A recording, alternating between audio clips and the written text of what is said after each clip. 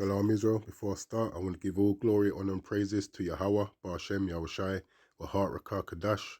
Double honors to the elders and apostles in Israel who rule and teach well, to the Akims on the highways and byways and those pushing this word in truth and sincerity, to the brothers and sisters in the truth. Now this is just a quick lesson, and Lord willing it's edifying. It's about us being steadfast. One thing we don't want to be is weak faith. We want to be strong in our faith and strong in our beliefs. And a lot of that comes down to us putting our faith in the Most High, the Lord revealing himself to be true and faithful, which will build our faith. But that also comes down, but that will also come through us studying. The scripture says, study to show yourself approved unto the Most High. It speaks about the Bereans, those who in Berea who search the scriptures. These are all things that we have to do to make ourselves steadfast and firm in our faith, in our belief, in this truth. Now, we don't want to be, tossed to and fro with every wind of doctrine. This sounds good today, so I'm going to believe this today, and tomorrow that sounds good, so I'm going to believe that. That's not good. We have to be firm in our faith and in our belief. And the scriptures teach us these things. So this is 1 Corinthians 15 and 58 says, therefore, my beloved brethren, be ye steadfast, unmovable, always abounding in the work of the Lord, for as much as you know that your labor is not in vain in the Lord. But so like what I want to focus on is us being steadfast, which goes into us being unmovable. Now, when we look up that word,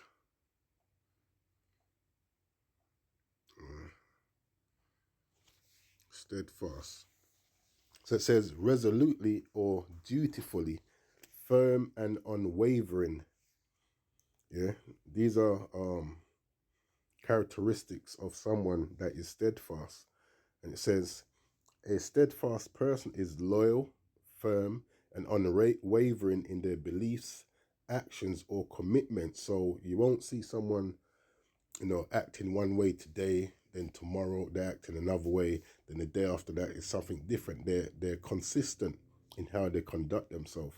And we have to be consistent in our belief and in our faith.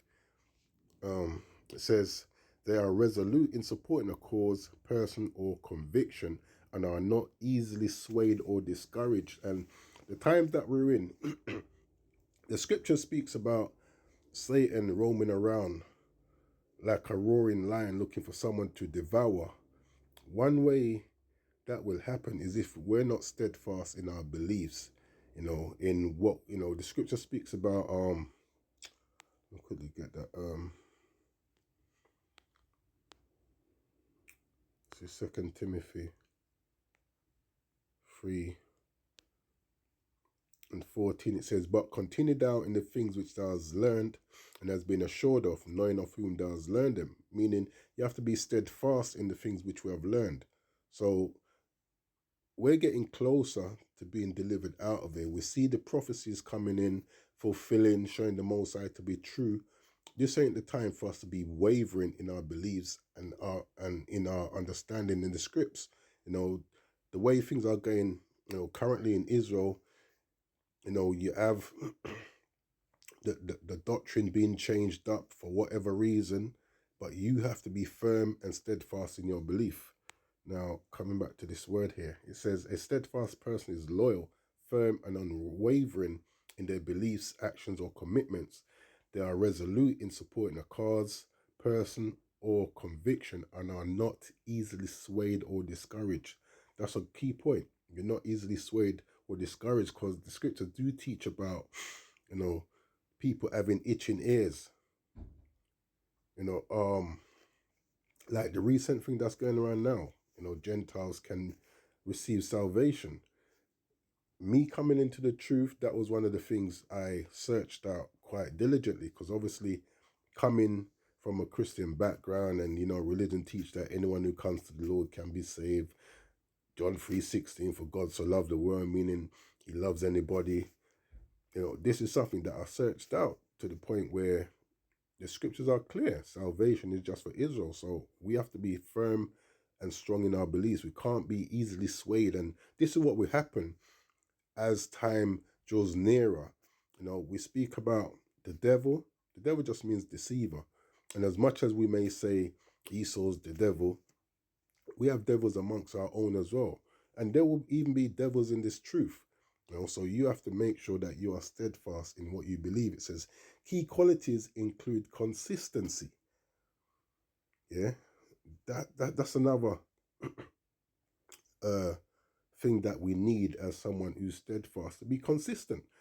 Even just in general life, if you need help from someone, you're not going to draw on someone where well, they'll tell you yes today, but then when it comes to doing it, they're always letting you down. That's not someone that's consistent. You're going to go to someone where well, yeah, they say they'll help me, and they'll normally help me. If they don't, then something's really happened. It's not just their thoughts and feelings change with the wind why they didn't help me today. So you have to be consistent. It says determination and a strong sense of purpose, making them reliable and dedicated. And the Lord can't do nothing with us or use us if we're not steadfast, if we're not reliable. This is Ephesians chapter 4 and 14. It says that we henceforth be no more children tossed to and fro. That we come into this truth as children, and we're meant to grow. Yeah, we're meant to grow, and part of us growing is us getting firmer and stronger in our belief and our faith. And we don't want, as we get closer to being delivered out of it, and Lord willing, we are off that number, that you start to change up your teachings, your understandings, your belief. Be firm in what you believe. Be firm in, like, you have GLCC. From I've known them, they've always teach that non-Israelites can be saved. Even though I don't agree with them, what I will say about them is that they are steadfast in their belief. They are steadfast in their belief. So you yourself have to be steadfast in your belief. It says that we henceforth be no more children tossed to and fro, because that's what it is. When you're not firm and strong in your belief, you're like a child, go with what's good at the moment and carried about with every wind of doctrine.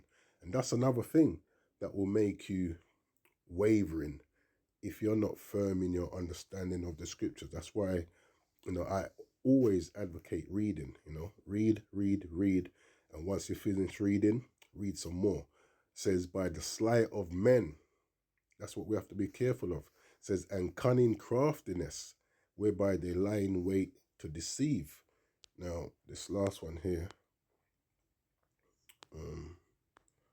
Hebrews 10 and 23, it says, let us hold fast the profession of our faith without wavering. For he's faithful that promised. But the point that I want out of this says without wavering. You have to be steadfast, unmovable. Yeah, bear that in mind. So, this is just short